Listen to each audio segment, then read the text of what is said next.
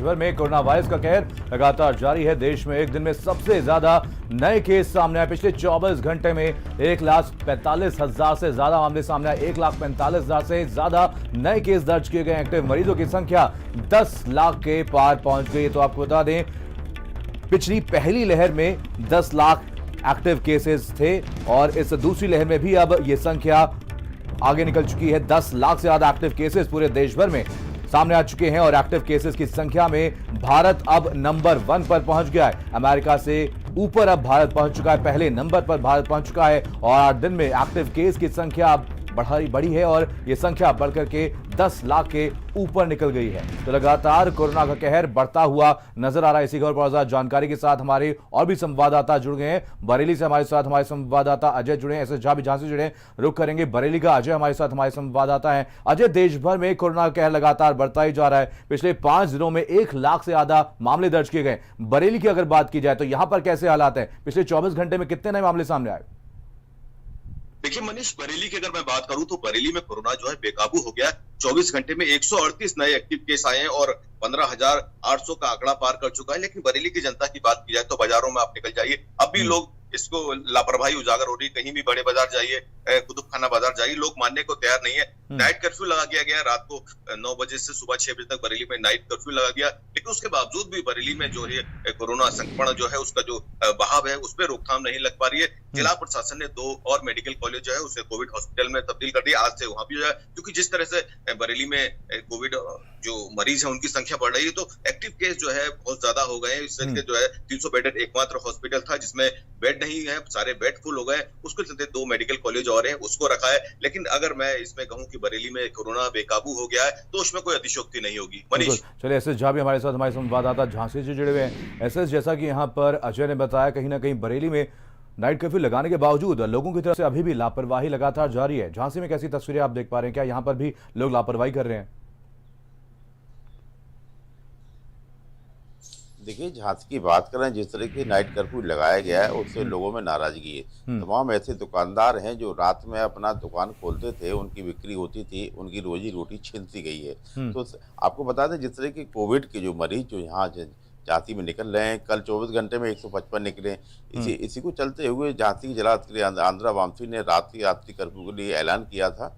तमाम पुलिसकर्मी पूरी गलियों में, पूरे शहर में घूमे थे। इसके बाद भी तमाम ऐसे दुकानदार हैं, दुकान खोले दिखाई दी, उनको बंद कराया गया। पहला दिन था, पहले दिन उनको समझाया गया। पुलिस का कहना है कि पहले दिन लोगों को समझाने के बाद अगर नहीं मानेंगे तो उनको चालान काटा जाएगा, वो कार्रवाई भी की जाएगी। लेकिन जिससे तमाम लोगों का यह भी बयान आया है कि तमाम ऐसे परिवार हैं जो रात में दुकान खोलते थे, उनकी दुकानें बंद रहीं, उनके परिवार का पालन पोषण कैसे होगा, एक सवाल। और दूसरी बात यह है, जिस तरीके से कर्फ्यू की बात चल रही है, रात में जो कर्फ्यू चल रहा है उसमें दुकानें तो बंद हो रही हैं, लेकिन तमाम ऐसे लोग हैं जो अपने बाहर से आने जाने वालों को दिक्कत आ रही है। हाँ। तो पुलिस उनको परेशान कर रही है। जी बिल्कुल, ऐसे आप बने रहिए।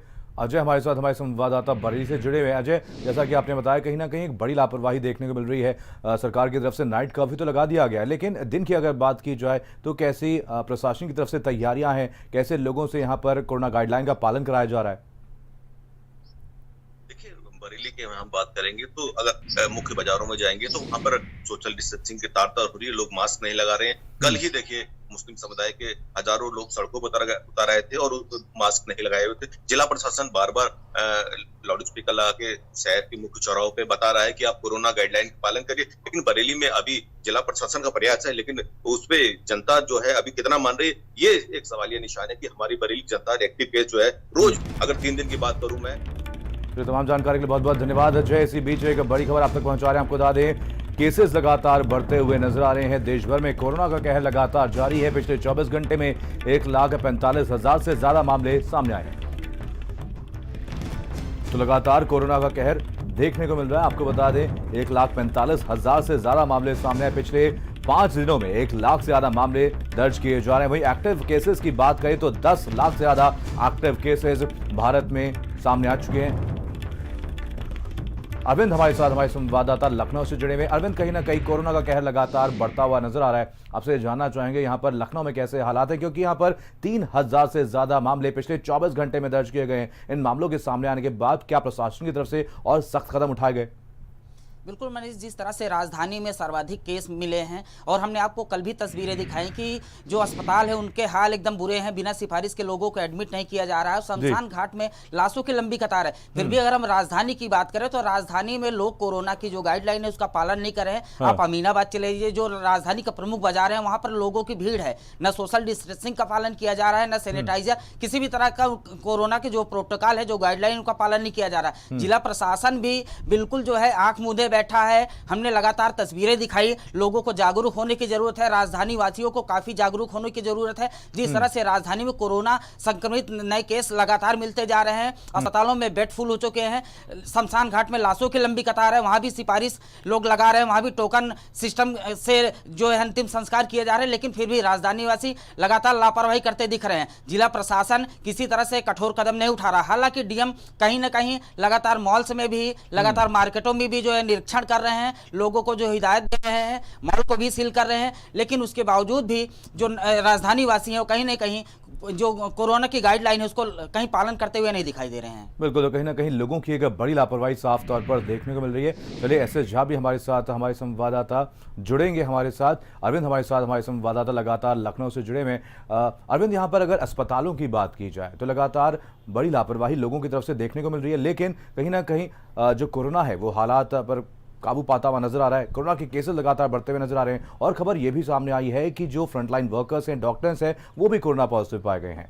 डॉक्टर्स के कोरोना पॉजिटिव पाए जाने के बाद अस्पताल में कैसे तस्वीरें आप देख पा रहे हैं? क्या कुछ तैयारियां यहां पर अस्पताल में देखने को मिल रही हैं और क्या यहां पर मरीजों को दिक्कतों का सामना भी करना पड़ रहा है?